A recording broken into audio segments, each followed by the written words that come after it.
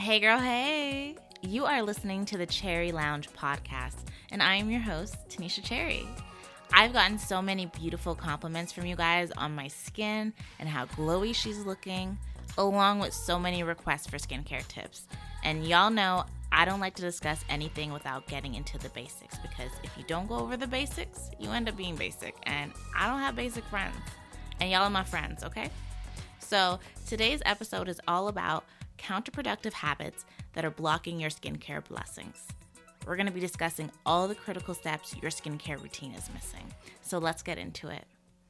We've all heard that saying that personal hygiene doesn't cause acne. In fact, I just had a conversation about this with a girlfriend of mine just last week, and she agrees with that statement. And that's fine. Sure, it doesn't cause all acne, but bad hygiene makes it worse, and it certainly makes the products that you're using less effective. I put up a poll on Instagram about a month ago, and I want to pose the same question here. So let me know. Do you wash your hands before washing your face?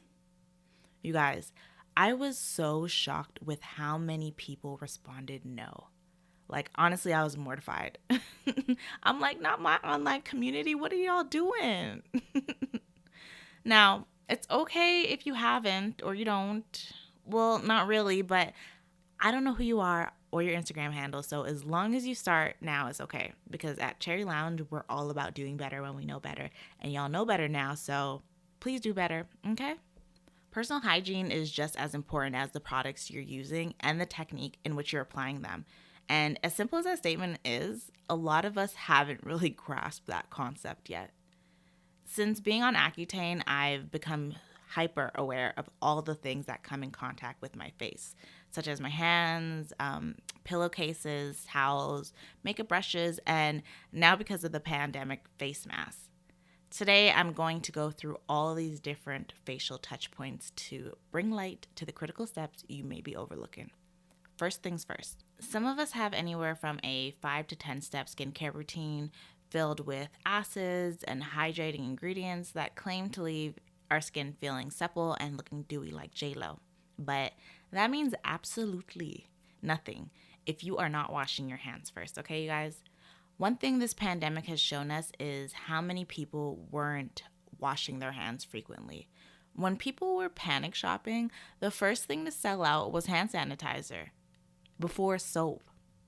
That is crazy. But I'm not even surprised, and that's one of the reasons why pre-quarantine, if you know me personally, I was so against people hugging me or shaking my hand, because my mind goes straight to, do you have bed bugs? And when is the last time you washed your hands? So say it with me, y'all. Wash your hands before you wash your face. Like, I wish I had some sort of a sound effect to emphasize that, but y'all get my point, right? Secondly, if you're going to use a towel to dry your face, make sure to use a face towel that is designated just for your face and change it daily. I personally don't use a towel to dry my face. I prefer just to air dry or to apply my toner on my wet face, for a little added hydration. But in the event I need to dry my face for whatever reason, I have 20 small white face towels available. Some of y'all are using the same towel on your face that you use to dry your whole body and hair with. Towels can easily harbor bacteria, and by using it on your face, you can redeposit that bacteria along with dirt and grime right back into your skin. So please, use a new face towel on your face every day, y'all. Up next, our pillowcases, as I am staring at mine. How often are you washing your sheets and pillowcases? I wash mine once a week. Think about it. All of those hair products you're using are rubbing on your pillowcases. Those nights when you don't wash your face are rubbing on your pillowcases. The nights you don't shower are rubbing all on your pillowcases. So I need y'all to really think about that. I make sure to shower every night because I personally feel gross bringing everything my body has been exposed to outside into my plush West Elm bedding. I didn't spend all that money on bougie bedding to be bringing the world into my bed, okay? Nah, bruh. So even though I shower nightly, I still rotate my pillowcases every night, and I flip them over so that I'm always sleeping on a fresh, clean side. And to some of that, y'all, that may sound a little bit excessive, but hey, it works for me. And y'all know I'm not about to hold out on you, so I'm just sharing what I do. But y'all, wash your pillowcases and wash your sheets, okay? I wash mine once a week. Please, y'all, if y'all ain't doing that, come on now. Let's do better. Let's do better. Next step that you might be missing out on your routine. How often are you washing your makeup brushes? Don't even bother lying, because some of y'all said you're not washing your hands before you wash your face. So I know you're not washing your brushes regularly. Like, come on. Don't lie to me. You only lying to yourself, y'all. Makeup brushes and sponges should be washed after every use, in my opinion. This isn't hard for me because I personally only wear makeup about once or twice a week. But for my girls that do rock a beat face every day, that may seem like a lot. But honey, I know you don't have one set of brushes. All you got to do is rotate your brushes. I know you guys don't own 3 or 5. You own a lot. So go ahead and rotate them. Or you can limit using your brush maybe 2 to 3 times before washing it. Like, don't do it any more than that.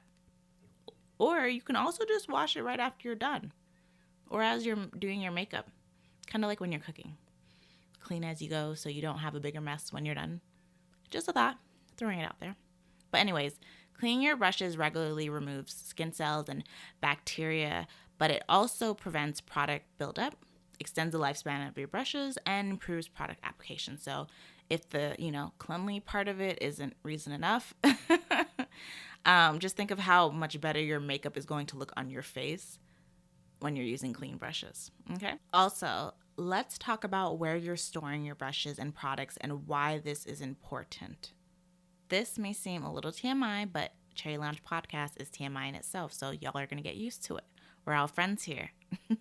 But every time I use the toilet, I always flush with the lid down. Why? Because water from the bowl is sprayed into the air, and it can easily spread poop particles to the surrounding area. So if you're one of those girls who keep your makeup brushes near the toilet, some of that spray is bound to land on them. And if your brushes are contaminated, that means that the products you use with them and your face are probably coming in contact with fecal matter. What did I just say? Fecal matter. I know some of y'all got like, what is that? It's poop, y'all. So make sure to flip the lid and then flush. If you're able to store your makeup and skincare, makeup brushes and skincare products in a cabinet, do that. And also get into the habit of wiping down your product containers with disinfectant wipes weekly. That is something that I've recently started doing as a part of my bathroom, cleaning it once a week. I always wipe down all my product bottles. So like my cleanser, my toner, like everything that I'm touching, I wipe it down. And I'll be honest and say that I wasn't doing that as frequently as I'm doing now. So see, I'm not perfect. I'm learning here too, y'all. And lastly, a lot of people are breaking out from the face mask. And here are just a few tips that can help you out. And this first one is really for me. The disposable masks are disposable for a reason. One-time wear. And then you toss it. Okay, girl? Stop holding on to it like a toxic relationship. You do not need those problems in your life. Let it go, sis. For those of you who have the reusable fabric masks, make sure you're getting a few of them so you can rotate them, and also make sure that you're washing them frequently, along with washing your hands before you apply the mask and before you take it off. Now, those are all the steps that you may be missing in your skincare routine. Don't lie to yourself or me and say you're doing all of this when you know you're not. Like I said, it's all right, girl. We don't know who you are or your Instagram handle.